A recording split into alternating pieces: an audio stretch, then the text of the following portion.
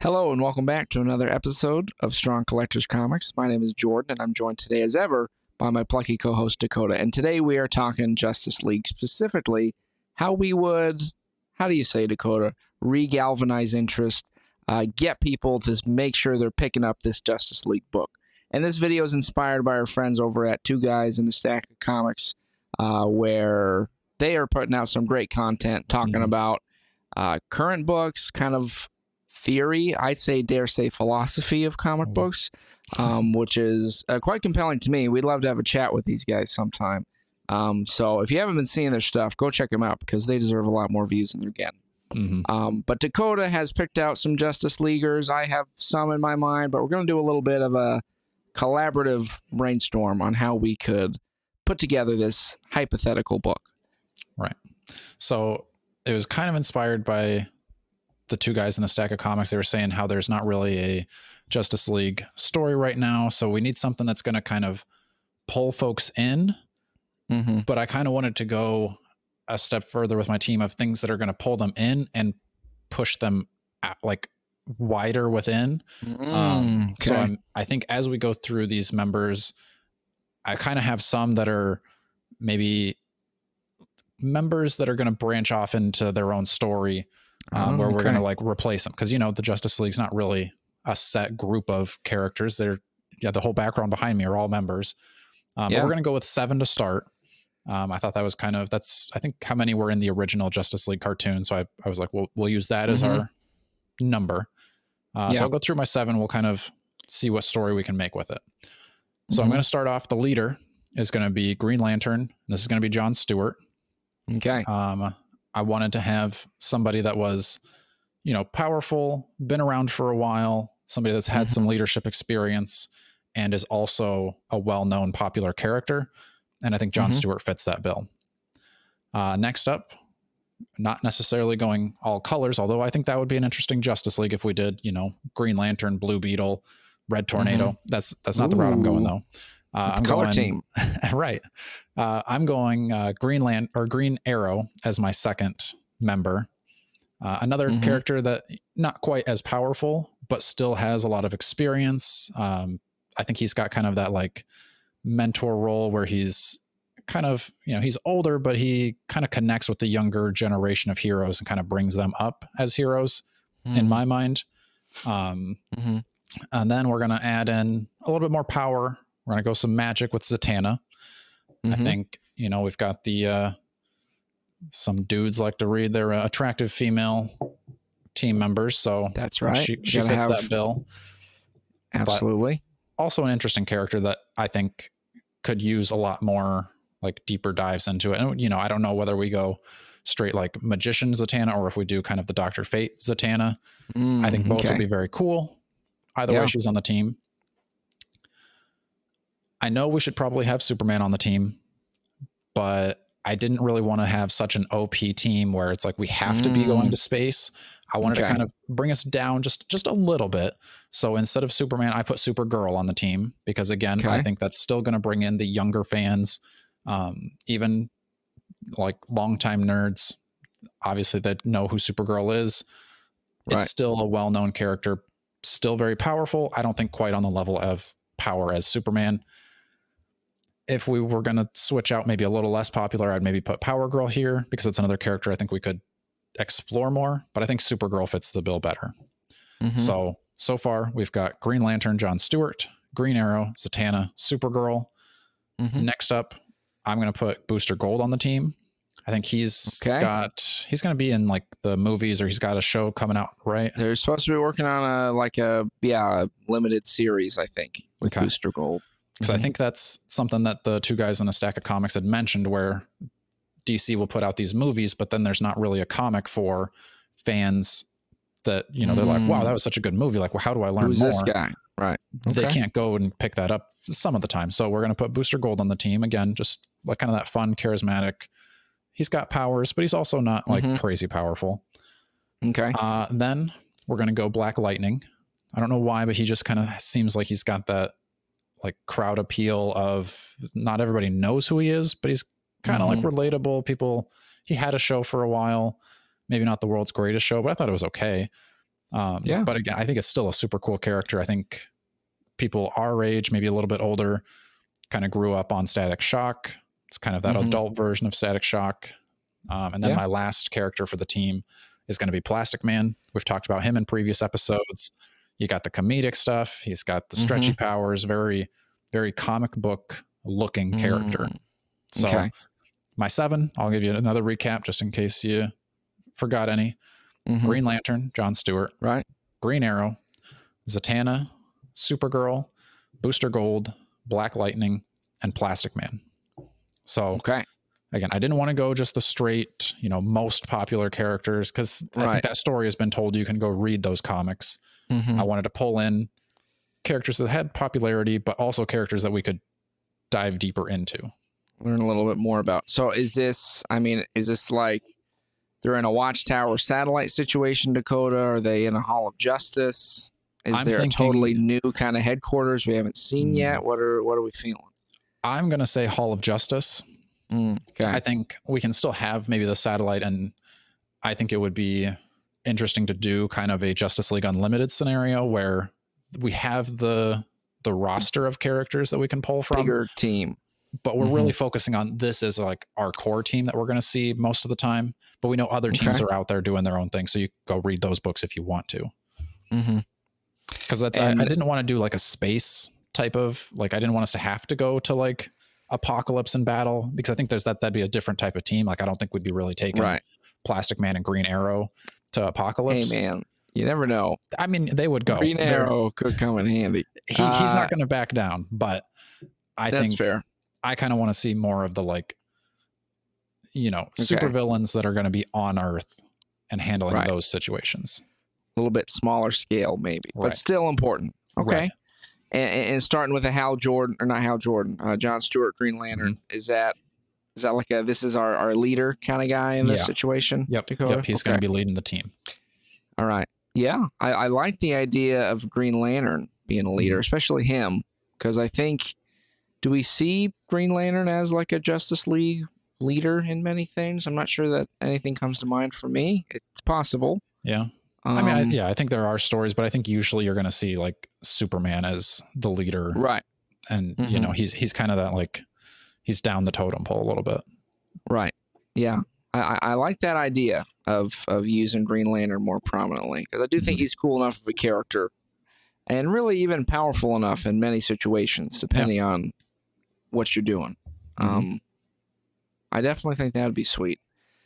I also appreciate the omissions of some of the notable Justice Leaguers, right? So we think about like the New 52 launch. Remember, they basically had everybody except subbed out Martian Manhunter for Cyborg, which I get that approach, and I think I see what you're doing here. And like, you want some fan favorites, but you don't want it to be all like heavy hitter favorites, because then you're compared to like the great Justice League stories, And I think with those two, you run into the issues of, if I put Batman on here, now I got to think like, what's going on in the other 30 Batman comics that are coming out this month. Same with Superman. And like, I think, and I don't think that putting Superman on your Justice League is going to necessarily sell the book. I think if you have those popular characters people want to see, that'll sell the book. But if people want to read Superman, they're just going to go pick up a Superman book. So that's already there.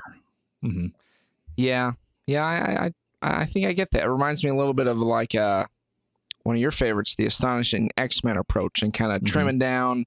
Like you have the favorites in there, but you're kind of doing maybe elevating some, like even like an Emma Frost, who's kind of been there, but more like, for me, that was kind of the book that was like, oh, she's a solid X-Men team member, or like even Kitty a lot more to do. So I think you could do something similar like that.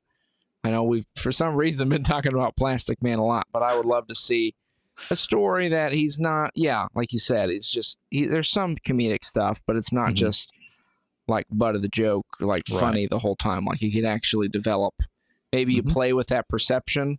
And I think that would work better than what they've always, I think even in the New 52 Aquaman, where they played with the like, oh, you talk to fish, haha. Like, I think it's really hard to actually do that and then make it like meaningful in a way. Yeah. I think with a guy like Plastic Man, you could do something like that. And then, like you said, maybe you spin off into Plastic Man kind of does his own thing, right? Yeah, because I was thinking, so my characters that I thought would maybe be on the team for, you know, however long it is, the first 10 issues, and then we sub them out, would be maybe Plastic Man, really making that character serious and kind of being more of that staple that can then go off and hold his own for a substantial book.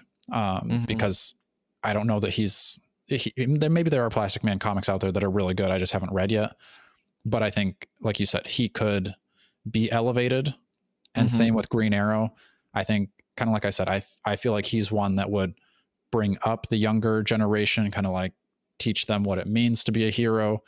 And then there would be something happening kind of on the lower level that he's going to go, you know, leave the space aliens to the Justice League while he goes and takes care of the thugs. And then something along those lines where he can step off and take his own book for a ride. Yeah. I think there are a lot of like cool directions you could go with that. I think also Supergirl subbed in instead of Superman, I think is a cool choice as well. Because I think with what that would also make sense too, with them working on the Supergirl movie, you know, because you're always going to sell Superman books, right? But if you like, Supergirl is less of the like kind of like teen or like kiddie version of Superman, like again developing her into like almost what we've seen done with good versions of the legacy character. Like you could see this character actually, not that Superman's gonna die because whatever, but you know what I'm saying, like in that same trajectory of like Dick Grayson Batman, like, oh, I can see this person filling the role of this character on the team, and like not just your Superman's cousin type, but like you're actually bringing something to it. So yeah, and I think using her opens the door to better storytelling or like deeper storytelling, because stories have been told so often and so long of Superman that really like, what are we going to develop with the character here? Where I think with Supergirl, you can kind of have those like she's teetering on like maybe that angsty teen of like wanting to be like, you know, like I'm strong enough, I'll go handle this thing. But then also becoming like a young woman of like somewhat stepping into somewhat of a leadership role. Like you said, then kind of on her way to filling Superman's shoes if something were to happen to Superman. Right. So there's a lot more development I think that could happen there versus Superman is just Superman. You can't really, you can still tell a good story, but I'm just saying we kind of know Superman. Yeah, exactly. And I think that's like the point of some of these sort of books that have longevity, is you're bringing in characters that maybe you might not be as familiar with or like have only seen, and then making them more of like an actual staple to the team, which I think they kind of tried in the New 52 with Cyborg as like making him more of like a serious member. I think it'd be cool if you ever did like a Beast Boy, because I think Beast Boy's always been pretty like, if you think about it, I think he'd be another character that would be fun. That'd be my pick for like a Teen Titan doing something a little more heavy duty. You know, I like my mystical characters, Dakota, and I like Zatanna. I'd almost want to insert one like oddball that we're gonna like total loop. My brain goes right to like Creeper or Etrigan somehow. I was gonna say I would love Etrigan to be in it too. I think Etrigan, and maybe like he could have a buddy. For some reason, I would like to see him be buddies with the Creeper, and I've always liked the Creeper since I was a kid. But I think Etrigan would be cool to see as like, like elevate him to like, he's not just the supernatural guy that shows up and talks to every once in a while, like actually work something in like that, I think would be cool. Yeah. But I guess then it's like, but because I think when they do like Justice League Dark and it's all the supernatural dark ones, like to me, then they're not as interesting because they're all supernatural and dark. So like, if you had a Justice League team and Swamp Thing was on there, I think that'd be actually kind of cool, because I'd be like, dude, freaking Swamp Thing, you know, like if you could figure something out like that, and then have him interplaying with like a Zatanna would be kind of fun, but then also like him playing off a Green Arrow or Plastic Man, right? I think stuff like that would be fun. So Those would be one of mine. Would be Etrigan, or I'd love to see a Swamp Thing on a prominent like Justice League team, not like the Sure. specialty team or something like that. I think if I was making the Justice League, because like again, I said I want this team to be more Earth focused. I think if I was going to do a space focused, I think Etrigan would be super cool to see him fighting some parademons on Apocalypse. That'd be super fun. So yeah, maybe that would be like a different episode where we could do, Jordan, there's no shortage of Justice League members. We could do this episode 10 times over, different teams, different scenarios. So I like this format. So maybe we do that in the future, but yeah, I think that'd be fun and kind of maybe similar to our other ones, like different teams or different scenarios. I think would be cool because Justice League, you almost have, I feel a bigger pool than you do with the Avengers. In my head, I always think of it that way. But I may be mistaken. But I think like with Justice League Unlimited, because you have so many like characters that have been tied to the Justice League that I think then you weave in some of the older characters. So yeah, that's a conversation for another time. But I think that would be a solid way. I would pick up that book and, we'll just have to find someone to draw it. That is a little bit on what we think we could see in a Justice League team that would really be selling like hotcakes and get people reading. Again, go check out Two Guys in a Stack of Comics if you haven't for inspiring this video. And please be sure on our video here to be commenting. We want to know what you think. Be liking, sharing, and subscribing. And until next time, as always, stay strong.